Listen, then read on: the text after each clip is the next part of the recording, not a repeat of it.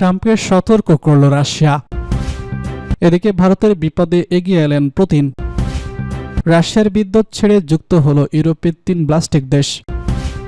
সর্বশেষে জানিয়ে দিব পাকিস্তানের নৌমহড়ায় বাংলাদেশ অংশগ্রহণ করেছে চীনও। ট্রাম্পকে সতর্ক করল রাশিয়া। ফিলিস্তিনের অবরুদ্ধ গাজা উপত্যকা নিয়ে যুক্তরাষ্ট্রের প্রেসিডেন্ট ডোনাল্ড ট্রাম্পের মন্তব্যকে অত্যন্ত বেদনাদায়ক হিসেবে আখ্যায়িত করেছে রাশিয়া। রুশ পররাষ্ট্র মন্ত্রণালয় জানায়, ট্রাম্পের এই বক্তব্য মধ্যপ্রাচ্য উত্তেজনা আরও বাড়িয়ে তুলবে। ব্রিটিশ গণমাধ্যম বিবিসির এক প্রতিবেদনে সব তথ্য জানানো হয়। এর আগে একই দিনে গাজা উপত্যকা নিয়ে এক বক্তব্যে ট্রাম্প প্রশাসন বলেন, গাজা যুদ্ধ শেষ হওয়ার পর ইসরায়েল এই উপত্যকাটিকে যুক্তরাষ্ট্রের কাছে হস্তান্তর করবে। সেই সঙ্গে গাজার বাসিন্দাদের অন্য কোথাও পুনর্বাসিত করা হবে। তিনি আরও দাবি করেন, এই কাজের জন্য গাজায় যুক্তরাষ্ট্রের সৈন্য মোতায়েনের প্রয়োজন নেই। তারও আগে চলতি সপ্তাহের শুরুতে ট্রাম্প বলেছিলেন, গাজা উপত্যকা থেকে ফিলিস্তিনিদের সরিয়ে মিশর এবং জর্ডানে পুনর্বাসিত করতে চান তিনি।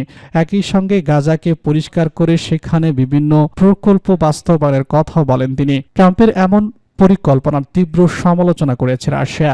6 ফেব্রুয়ারি সাংবাদিকদের সঙ্গে আলাপকালে রাশিয়ার পররাষ্ট্র মন্ত্রণালয়ের মুখপাত্র মারিয়া জাখারোভা বলেন, বর্তমানে গাজার সংকটে থাকা লোকজনের জন্য প্রয়োজনীয় মানবিক সহায়তা প্রদান করা দরকার। তিনি আরও বলেছেন, আমরা বিশ্বাস করি ইসরায়েল ও হামাসের মধ্যে স্বাক্ষরিত চুক্তির বাস্তবায়ন নিশ্চিত করাই প্রধান কাজ। গাজা উপত্যকার মালিকানা নিয়ে ট্রাম্পের মন্তব্য প্রসঙ্গে জাখারোভা বলেন, বর্তমান পরিস্থিতিতে যে কোনো লোকরঞ্জনবাদী অবজ্ঞতাপূর্ণ ও বেদনাদায়ক বক্তব্য সমস্যার সমাধানে কোনো ভূমিকা রাখবে না, বরং এটি এই অঞ্চলে উত্তেজনা আরও বাড়িয়ে তুলবে, যা ইতিমধ্যে উত্তেজনাকে বিপর্যয় পৌঁছেছে। ট্রাম্পের এই পরিকল্পনার কড়া সমালোচনা করেছে ফিলিস্তিনি স্বাধীনতাকামী গোষ্ঠী হামাস, ইসরায়েলি জিহাদ সহ বিশ্বের প্রভাবশালী বেশ কয়েকটি দেশ। তারা বলছে, গাজার বাসিন্দাদের জোরপূর্বক সরিয়ে নেওয়ার সিদ্ধান্ত গ্রহণ করা হলে তা জাতিগত নিধনের শামিল হবে। সামাজিক যোগাযোগ মাধ্যম দ্য ন্যাশনাল ট্রাম্প আরও বলেন, যুদ্ধ শেষে ইসরায়েলের গাজা উপত্যকাকে যুক্তরাষ্ট্রের কাছে তুলে দেবে। গাজাবাসীকে অন্যত্র সরিয়ে নেওয়ার বিষয়টি উল্লেখ করে তিনি দাবি করেন, অনেকে ইতিমধ্যে উন্নত স্থানে চলে গেছেন এবং তারা সেখানে ভালো আছেন। তারা নতুন করে যাবেন, আরও খুশি, নিরাপদ ও মুক্ত থাকতে পারবেন। গাজাকে বিশ্বের অন্যতম সুন্দর শহরে পরিণত করার পরিকল্পনার কথা জানিয়ে ট্রাম্প বলেন, যুক্তরাষ্ট্রের বিশ্বের সেরা উন্নয়ন দলের সঙ্গে কাজ করছে এবং ধীর সতর্কবার্তার সঙ্গে গাজাকে পুনর্গঠন করবে। এটি বিশ্বের অন্যতম দৃষ্টিনন্দন শহরে পরিণত হবে। ট্রাম্পের এই পরিকল্পনাকে অমানবিক ও আন্তর্জাতিক আইনের লঙ্ঘন বলে উল্লেখ করেছে বিশ্লেষকরা। তারা বলছেন, এই ধরনের মন্তব্য মধ্যপ্রাচ্যের শান্তি প্রক্রিয়াকে আরও জটিল করে তুলবে এবং নতুন করে সংঘাতের জন্ম দিতে পারে। ভারতের বিপদে এগিয়ে এলেন পুতিন। মার্কিন প্রেসিডেন্ট ডোনাল্ড ট্রাম্পের এক সিদ্ধান্তকেই ওলটপালট লাখ লাখ ভারতীয় জীবন, বৈধ কাগজপত্র না থাকায় ছাড়তে হবে মার্কিন মুলুক। ভারতের এমন দুঃসময় এগিয়ে এসেছে অকৃত্রিম বন্ধু রুশ প্রেসিডেন্ট ভ্লাদিমির পুতিন। ভারতীয় গণমাধ্যম টাইম অব ইন্ডিয়ার এক প্রতিবেদনে সব তথ্য জানানো হয়েছে। প্রতিবেদনে বলা হয়েছে, কঠিন এই পরিস্থিতিতে যুক্তরাষ্ট্রকে শান্ত করতে কৌশলী পদক্ষেপ নিয়েছে ভারত। যুক্তরাষ্ট্রের কাছ থেকে বিভিন্ন পণ্য কেনার পরিকল্পনা করেছিল দেশটি, কিন্তু সেই কৌশলে কাজ হয়নি। মার্কিন কর্মকর্তাদের মন গলাতে না পারলেও ভারতের পাশে এসে দাঁড়িয়েছে বিপদের সময় দিল্লির কৃত্রিম বন্ধু প্রেসিডেন্ট ভ্লাদিমির পুতিন। নিজের সামরিক শক্তি আরও বাড়াতে রাশিয়ার সঙ্গে একটি চুক্তি সই করেছে ভারত। ওই চুক্তির আওতায় অ্যান্টি-শিপ ক্রুজ মিসাইল কিনবে মোদির দেশ।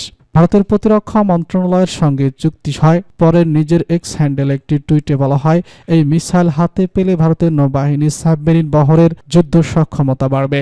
তবে ভারত কী ধরনের মিসাইল কিনছে, সেগুলোর সংখ্যাটা কতটা বা কবে নাগাদ সরবরাহ হবে তা জানায়নি রাশিয়া বা ভারতীয় কেউই।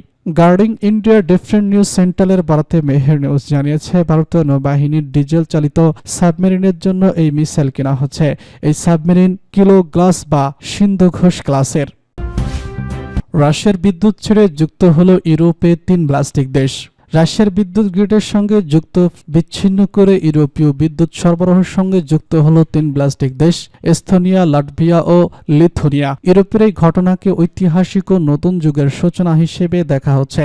সংবাদ সংস্থা রয়টার্সের এক প্রতিবেদনে সব তথ্য নিশ্চিত করা হয়। প্রতিবেদনে বলা হয়, এ পর্যন্ত লিথুয়ানিয়া, লাটভিয়া ও এস্তোনিয়া রাশিয়ার বিদ্যুৎ গ্রিডের সঙ্গে যুক্ত ছিল।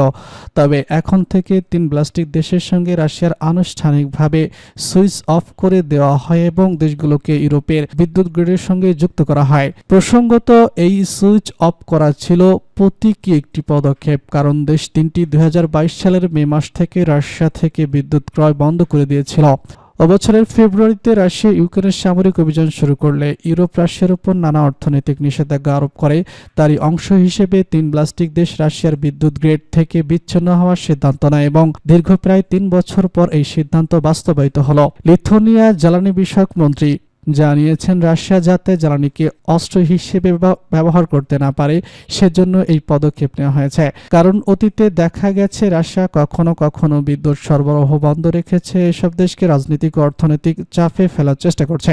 সাবেক সোভিয়েত ইউনিয়নের অংশ হওয়া সত্ত্বেও বর্তমানে এস্তোনিয়া, লাটভিয়া ও লিথুয়ানিয়া যুক্তরাষ্ট্রের তত্ত্বাবধান সামরিক জোট ন্যাটো এবং ইউরোপীয় ইউনিয়নের সদস্য। দেশগুলোর কর্মকর্তারা বলেছেন, রাশিয়ার উপর নির্ভরতা কমানো এবং নিজেদের বিদ্যুৎ নিরাপত্তা নিশ্চিত করার লক্ষ্যে তারা ইউরোপীয় গ্রিডের সঙ্গে যুক্ত হয়েছেন। এদিকে 3 দেশের এই সিদ্ধান্তকে স্বাগত জানিয়েছে ইউরোপীয় ইউনিয়ন। এস্তোনিয়া রাজধানী তাল্নিকে এক সংবাদ সম্মেলনে ইউরোপের জ্বালানি কমিশনার বলেছেন, অবশ্যই এটি একটি ঐতিহাসিক দিন। যে আলোয় রাশিয়া ইলেকট্রিক নেই সেই আলোয় আমি বেশি পছন্দ করি। এই পরিবর্তনের ফলে 3 দেশ তাদের বিদ্যুৎ নিরাপত্তা নিশ্চিত করার পাশাপাশি ইউরোপীয় শক্তির নীতির সঙ্গে আরও ঘনিষ্ঠভাবে সংযুক্ত হল। বিশেষজ্ঞদের মতে এটি শুধু বিদ্যুৎ বিনিয়োগের বিষয় নয়, বরং একটি ভৌগোলিক এবং কৌশলগত দিক থেকে অত্যন্ত গুরুত্বপূর্ণ এবং তাৎপর্যপূর্ণ। পাকিস্তানের নৌমহড়ায় বাংলাদেশ অংশগ্রহণ করেছে চীনও। পাকিস্তানের আয়োজনে উত্তর আরব সাগরে শুরু হয়েছে নবম বহুজাতিক নৌমহড়া আমান 25। এতে অংশ নিয়েছে বাংলাদেশ। এছাড়াও আরও রয়েছে চীন, যুক্তরাষ্ট্র, Indonesia, Iran, Japan, Malaysia, Sri Lanka এবং সংযুক্ত আরব আমিরাত এবং ওমানের নৌবাহিনীর জাহাজ।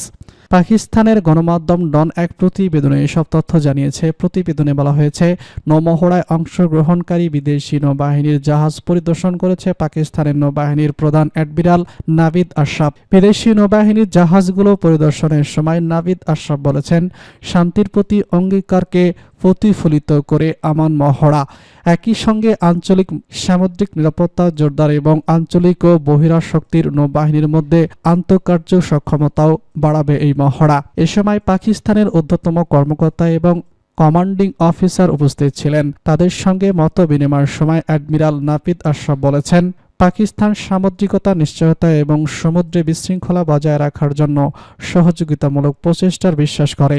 এই বিশ্বাস থেকে পাকিস্তান নৌবাহিনী আঞ্চলিক সমুদ্র নিরাপত্তা টহল এবং বহুজাতিক মহড়া আমান এর মধ্যে উদ্যোগের মাধ্যমে আন্তর্জাতিক এবং আঞ্চলিক শান্তি ও স্থিতিশীলতার অবিরাম অবদান রয়েছে।